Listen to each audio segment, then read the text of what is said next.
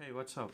Faizan here from Research Beast. On this channel, I share different tips and tricks for researchers, different motivational talks, and I also talk to experts about the research methods or anything related to research. So if you're interested in content like this, please consider subscribing to the channel. Hello, everyone. As you know that we all are doing research, we want to always collect different types of data, and data collection can become very, very challenging. So most of us normally use questionnaires, interviews, focus groups, and stuff like this.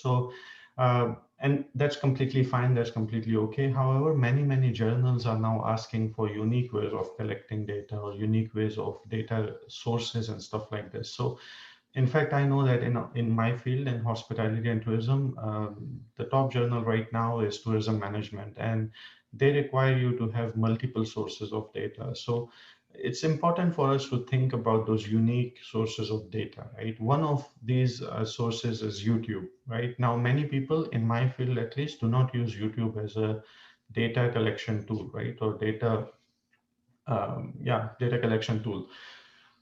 Today's video, I'll be talking to Joanne. Joanne is a young scholar, emerging scholar, and she is publishing on a very high level, but she also published several papers using YouTube as a research tool or as a data collection tool.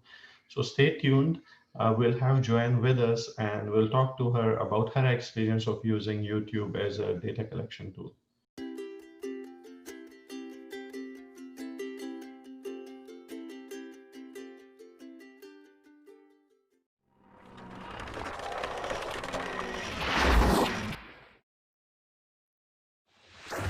Good morning. Thank you, Joanne, for joining me today. Joanne, I've never told you this, or maybe I've told you this, I don't know. But I know you for now probably 2 years because I met you at a conference in Bournemouth University probably 2 years ago, right? And I listened to your presentation. I was very surprised because normally you don't get students at master's level who are doing really good research, right? But then I got to know about your supervisor, Barbara. And interestingly, when I was studying for my PhD, Barbara's work I cited a lot because I was working on customer experience and she was working with Professor Bohalis. So she did quite a few papers on experience in 2013 and 14, right?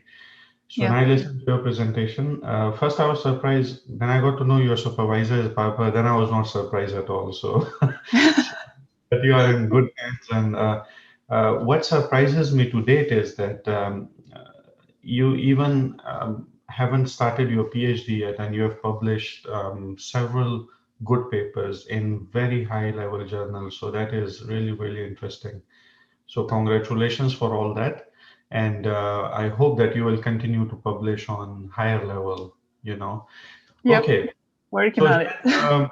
Before we get into specifics, right? Tell me a little bit about yourself. Tell me, about your education, where you are from, what are you doing, and stuff like that. Yep. So of course, I was originally coming from Taiwan, and after high school, then I went to Macau for 4 years for my undergraduate studies. And it was actually at that time that I started to develop my research interest. Like in the very beginning, I worked as a student helper, and then moved on to research assistant. And then in the final year of my master undergraduate degree, I was already joining a lot of international tourism conferences. So that was the time I started to learn, and also to learn like how to do the analysis and SPSS and stuff like that. And then later on, I went to Salzburg University of Applied Sciences for 2 years for my master program.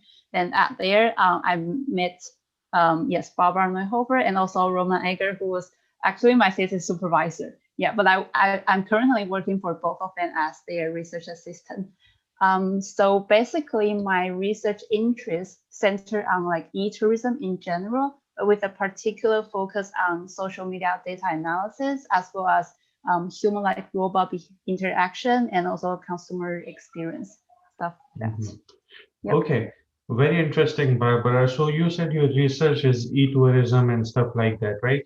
So I've been following hospitality tourism research for quite a long time now, right? And my own research is in that area. So I see that many people, right? Many young scholars, they come into this field and they are doing some, very used methods. Like many people go with SEM, or many people go Yeah. with, let's say, simple interviews or stuff like this, right? With Yep. all this increased competition, there's so many people, right? Obviously, we need to make ourselves different, right? So, Hmm. have you thought about this? If yes, how do you make your research a bit different than others? I would say that apart from the passion that you have to put into it, it's more about, for me, research comes from my everyday life, and it's all about the curiosity that if you're curious to something, then of course other people will also be curious into that. So to make myself different and also my research different, especially as a young researcher at an early stage, I would say try to combine, like try to integrate the research into your daily life. So for example, all my topics actually center on whatever that's in my quest in my mind. Like for example, the human like robot, I actually have to focus on smiling behavior because I'm a girl who likes to smile a lot. And I was like, okay, what if one day, if now it actually happens on robots, not humans anymore, and how people would react to it. And also, for example, on social media, I like to use Instagram a lot. And there was also some day that it came to my attention that, okay, probably it's because of the color of the picture or because of the shape or of the picture that attracts people's interest. So yes, research comes from daily life, and yes. Very interesting.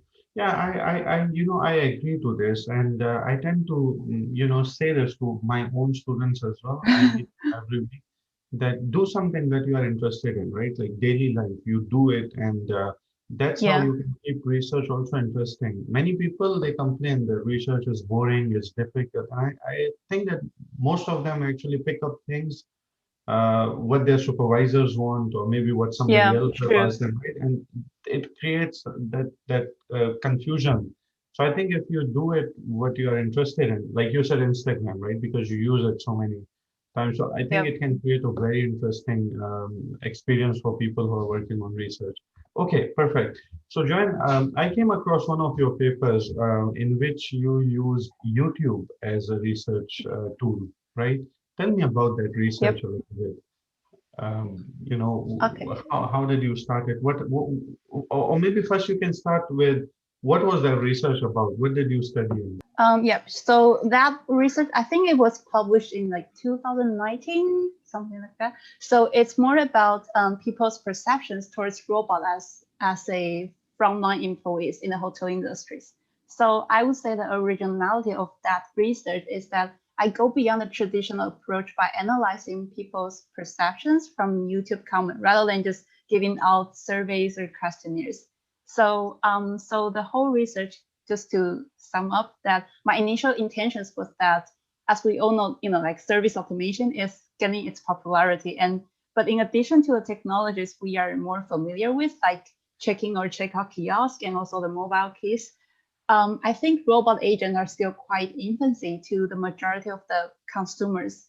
And of course, there are a lot of studies already on human-robot interactions, but I also found out that a lot of them are just simply based on survey and questionnaire, and which apply like pictures to study different types of robots.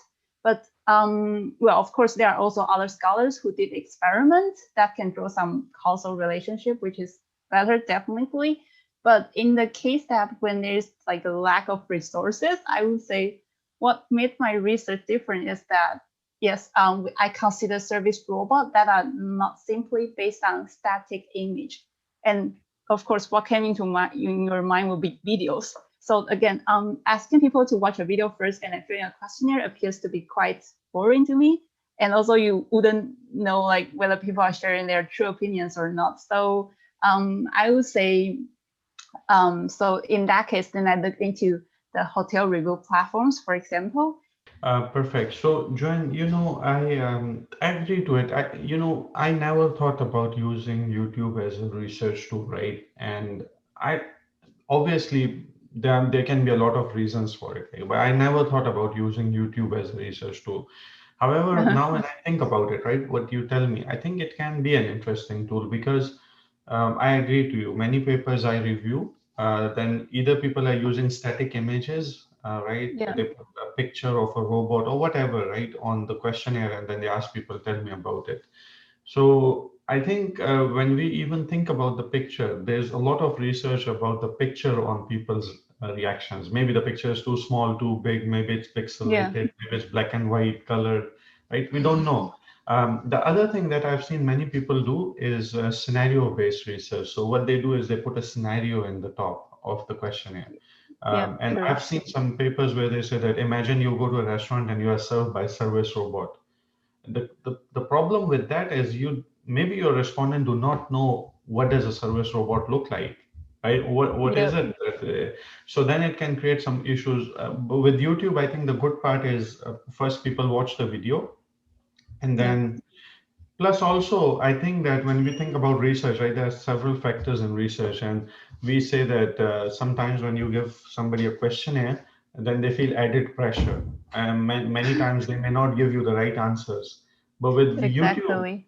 you're not pushing anybody. You just go to get their comments, and the people who put comments on YouTube, they are either very happy with the video or either very upset with the video. So they put True. automatically a comment there, right? You get a true perception of what they are Yeah. believing about that And thing. So also very, very very important is that on YouTube, it's people who really have the interest into the content. So they are not pushing by someone else. So it is really out of interest, personal interest. And you can, for researchers, you can really find the right target. exactly, Yes. exactly. Thank you. Okay, so Joanne, this is good. Okay, now let's say I understand somebody who's watching this video, they understand that, okay, YouTube can be a good tool, right? But then we also need to know about people who have used it before, right? So in Yeah. this case, you are the person with the experience of using YouTube as a research tool. So I want to ask you, tell me of your experience as a person who used YouTube as a research tool. I mean, were there any specific challenges that you faced? Yes, I would say there are three main challenges. The first one, choosing the right tool, and the second one is extracting the data, and finally analyzing the text itself. So start from the first one, that to choose the right tool. As a person without any programming knowledge, it actually took me a couple of weeks or probably a month or something to just look for an ideal tool to extract the online data. Searched a lot and tested a lot of software.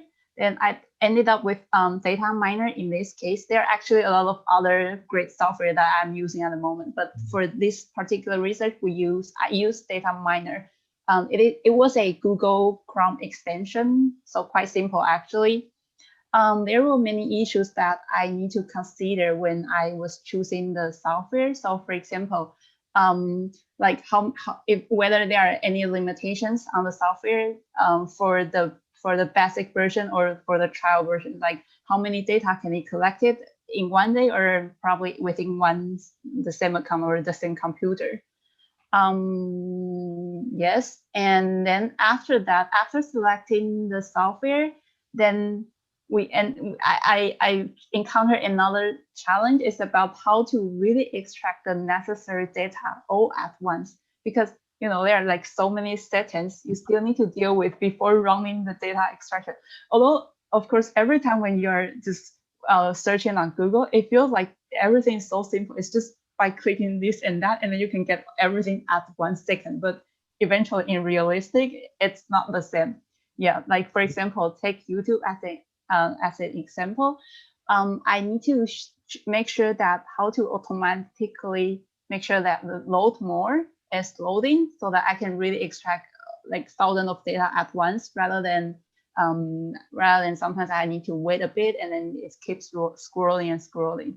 And it would be the same issue for other social media or other review platform. Like you have to make sure that the software can click the next button automatically. So there are a lot of settings that you have to consider.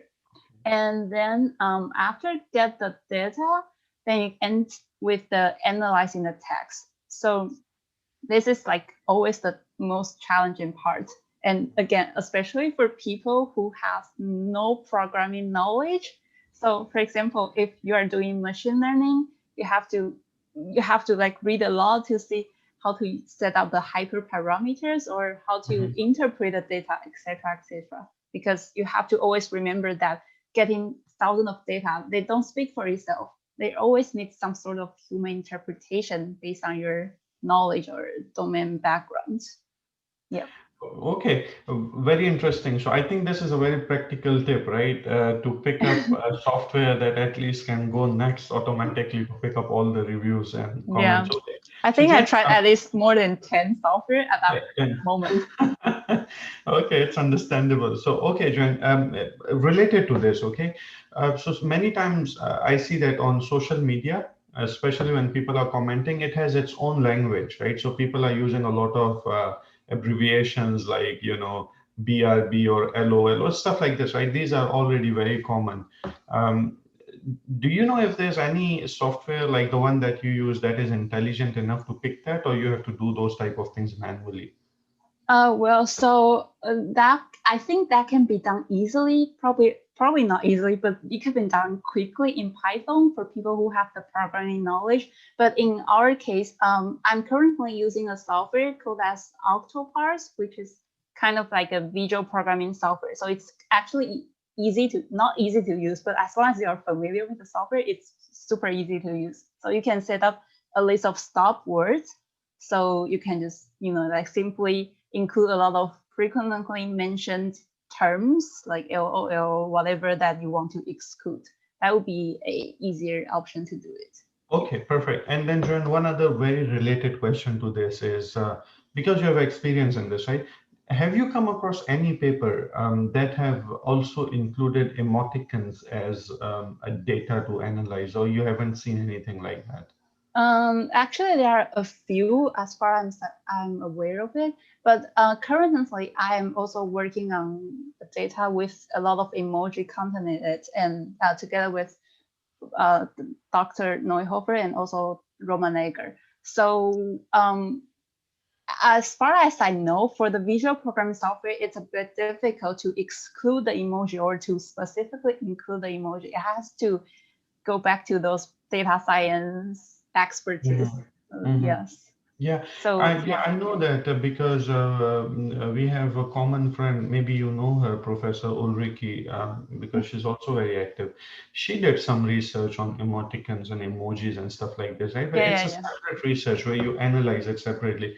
I was just wondering that, let's say if your research on service robots where you are picking up comments, so let's say you pick up 200 comments, all types of things, right? But maybe there are people who only put an emoji like an excited emoji or a very angry emoji or something. So that also portrays some sort of emotion or perception, right? But I mean, that's just an idea.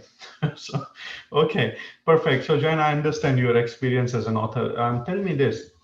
So when we are writing a paper, we finish the paper, we believe that our paper is the best paper in the world. yes, true. So, until it goes to the editor and then the reviewers, then it comes back as a paper with a lot of mistakes. So your own experience, I understand, but how was your experience with sending a paper using a unique? I would call it a unique because we don't really see papers with YouTube comments or using YouTube as a research tool, right?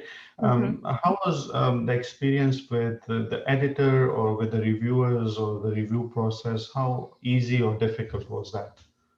For this particular paper, as far as I remember, it was actually went quite smooth. So I would conclude that most of the reviewer, I got very positive feedback from the reviewer, and especially on the methodological part, because as you mentioned, it's kind of unique to most of the researchers and also tourism researchers. But some of the reviewers, I remember it was difficult for me as well because a lot of reviewers actually don't understand what I was doing. So they ended up like asking a lot of probably unrelated questions. So for example, one reviewer, I just took a look on my previous reviewer comment. One reviewer actually asked about the causal relationship, which is not impossible for text analysis. So that was also kind of a challenge for me because I have to, like explain detail in a detailed manner to just make sure that the reviewer understands, okay, what this research is going on. Yes, but generally it's actually very positive.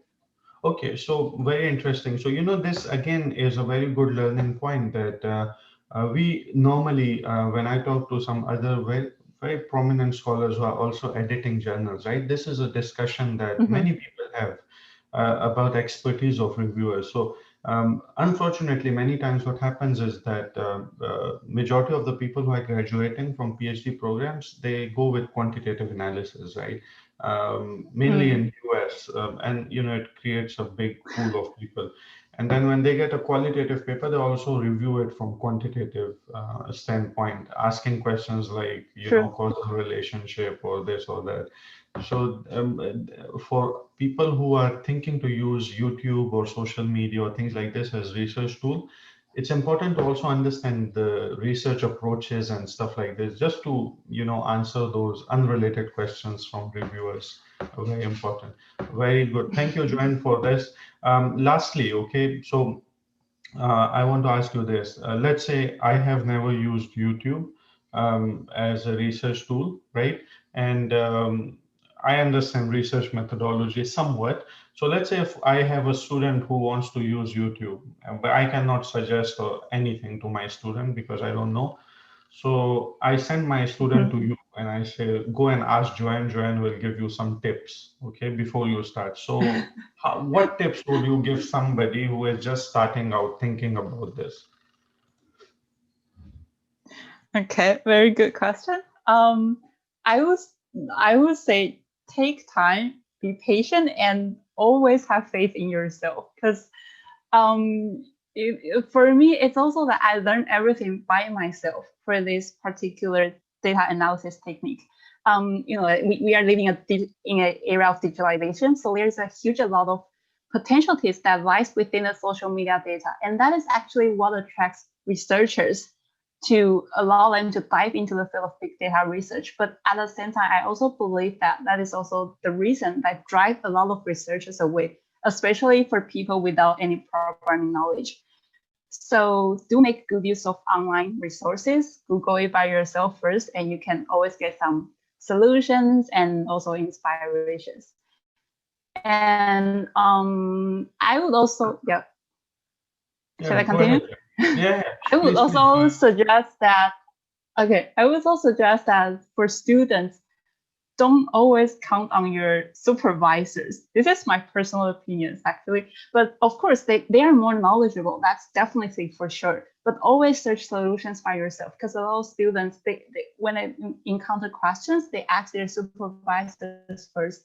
But particularly with this kind of big data research, it's like the supervisors himself or herself actually meets also new challenges or new experiences every time. So it's like we are actually learning together with the supervisor, not in the sense that the supervisor can teach you everything on how to extract data and stuff like that. Yep, that would be So, my very good personal point, Joanne. opinions. Yeah, I really like what you said, and I say this to many people.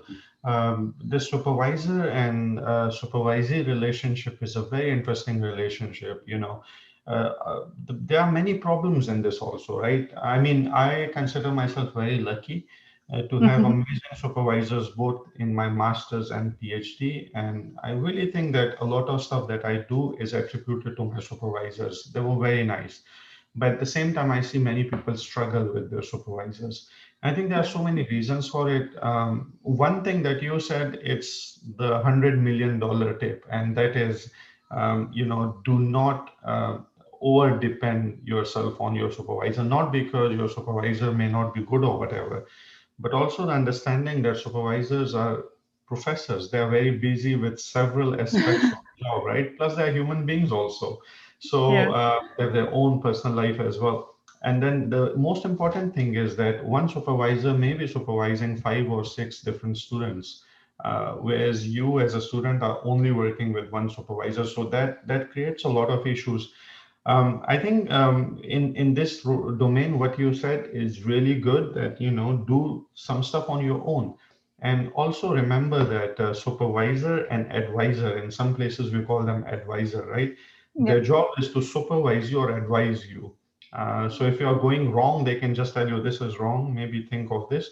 but they cannot teach you or spoon feed you. What's the point of research then, right? Yeah. So I think people need to fix their expectations before going into a research degree to understand what is the role and responsibility. So, Joanne, again, thank you. So if I summarize what we just talked about, right? Mm-hmm. And please correct me if I'm wrong somewhere, okay? So Yep. I'm trying to summarize this for everyone. So one is that YouTube can be a very interesting tool, but this is a tool for data collection. So this is a tool where Yes. you can get into and collect data, right? But you still have to have a lot of knowledge about your research design, research approach. Why are you using YouTube is also an important question, right? Like why Yeah. YouTube? Why not something else? Or why not primary data, like directly asking people? So that distinction is also important. And then also understanding of the softwares, how do you collect data, how do you sort that data, how do you clean that data is also very important. Analyzing data can also needs to be also very important. So these are some important practical points that you said, right? Yep. For data, for YouTube as research tool, your tips were for students to be patient, you Mm-hmm. know, try to improve your skill set and be patient with this. Don't hurry it, and try to do things that you are highly interested in so we can make it interesting. Did I miss Yep. something, Gwen? All good, all clear. Yes. Oh, good. Okay. Yeah. All right. Thank you very much again, Joanne. It was a pleasure talking to you. And your experience is just so valuable to many people. Once again, I want to congratulate you for doing so good work at a level where not many people even know what is a dependent or independent variable. So you have done really, really good. Okay. Continue doing good work, and thank you and good luck for your PhD applications. Still. All right, so this is about Joanne's experience. We just listened to her. We just saw what was her experience using YouTube. I summarized the points. However, please let me know if you have any tips. What type of tools do you use? Or if you have used YouTube as a research tool for academic research, please post your comments down below. Tell us so that everybody can hear from it. Thank you.